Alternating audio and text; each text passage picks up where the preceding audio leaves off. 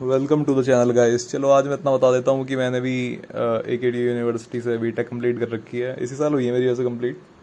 और मैंने सोचा आपको इन्फॉर्मेशन दूँ जो जो मैं पूछता था। यूट्यूब कुछ बताता ही नहीं था सही से। चीज़ें तो बहुत सारी अवेलेबल हैं पर कोई बता नहीं पाता। आधी चीज़ें लोग हाइड कर देते हैं, सो करते नहीं हैं।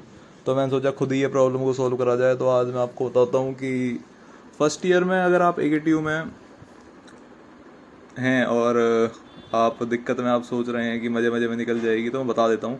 सबसे ज़्यादा बैक के चांसेस फर्स्ट ईयर में ही रहेंगे, उसके बाद सेकंड ईयर में, फिर थर्ड ईयर में। मैंने फोर्थ ईयर में आज तक किसी को नहीं देखा किसी की बैक आई हो, क्योंकि मेरी नहीं आई। सबसे बेवकूफ़ तो मैं ही था पूरे कॉलेज में। तो जब मेरी नहीं आई तो किसी की नहीं आएगी, मैं ये मान के चलता हूँ। अब मैं आपको बताता हूँ फर्स्ट ईयर में क्या सीन रहता है। फर्स्ट ईयर में रहते हैं सारे हार्ड सब्जेक्ट जो कि 11 से रिलेटेड 12 से रिलेटेड होते हैं। लाइक फिजिक्स रहेगी, केमिस्ट्री रहेगी, मैथ रहेगी, PPS रहती है, और इलेक्ट्रॉनिक रहेगी, इलेक्ट्रिकल रहेगी। तो ये जनरली हार्ड सब्जेक्ट मान लेते हैं इन्हें। अब जैसे सबसे हार्ड इसमें मैथ है, क्योंकि मैथ 1 रहती है और मैथ 2 रहती है। एक ही साल में आपको 2 मैथ देनी है, तो ये तो बहुत हार्ड हो गया। और फिर फिजिक्स भी रहती है, केमिस्ट्री भी रहती है, तो 4 सब्जेक्ट तो ऐसे ही हार्ड हो जाते हैं। तो ये 4 सब्जेक्ट जनरली बच्चे निकाल नहीं पाते फर्स्ट ईयर में।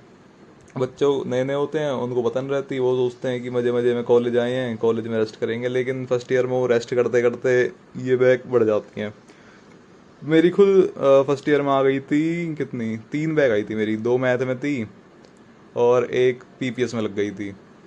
जनरली लोगों की PPS में कम लगती है, मेरी लग गई थी। लोगों की लगती है, मैं बताता हूँ। फिजिक्स में लगेगी, बहुतों की लगती है। केमिस्ट्री में लगती है, PPS में भी कम की लगती है। और मैथ में तो सभी की लगेगी लगभग।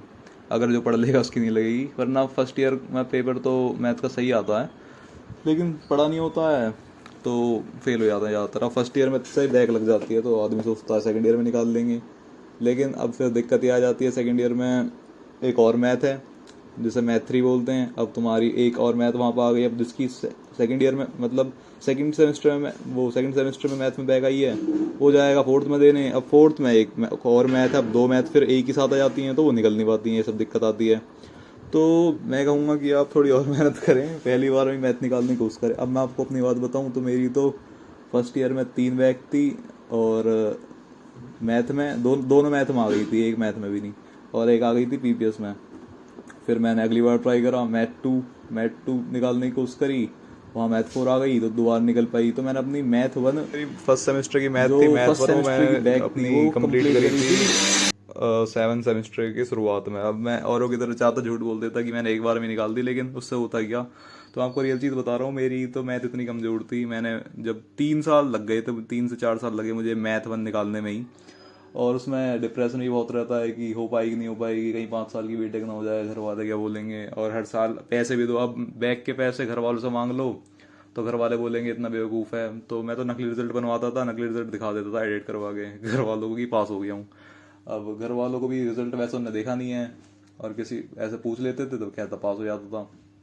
तो ऐसे करते करते मैंने बहुत झूठ बोला, और फिर मैंने लास्ट में जाके मैथ निकाली इतनी दिक्कतों में। सही बताऊं, मैंने जीवन में सबसे ज़्यादा दिक्कत मैंने बीटेक में ही ली है। अब बीटेक में आपको एक और बात बताता हूँ। मैंने बीटेक में बैक बैक पे ही 18 से 20 हज़ार रुपये तक खर्च कर दिए हैं, जो कि एक बहुत बड़ी चीज़ है। इतने में कोई 12वीं का बच्चा तीनों सब्जेक्ट के ट्यूशन पढ़ लेगा पूरे साल। तो मैंने इतने पैसे तो बीटेक में बैक पे ही खर्च कर दिए थे। टोटल तो मेरी बहुत बैक थी, अगर मैं पूरे बीटेक की बताऊं तो मेरी 8 बैक थी। और जब मैं थर्ड ईयर में गया था तो थर्ड ईयर में मैं बहुत सारी बैक ले गया था। अप्रॉक्स 7 बैक के आसपास में थर्ड ईयर में एंटर हुआ था। तो मैं ये कहूँगा कि आप कोशिश करें कि हर साल निकल जाए, और निकलती है।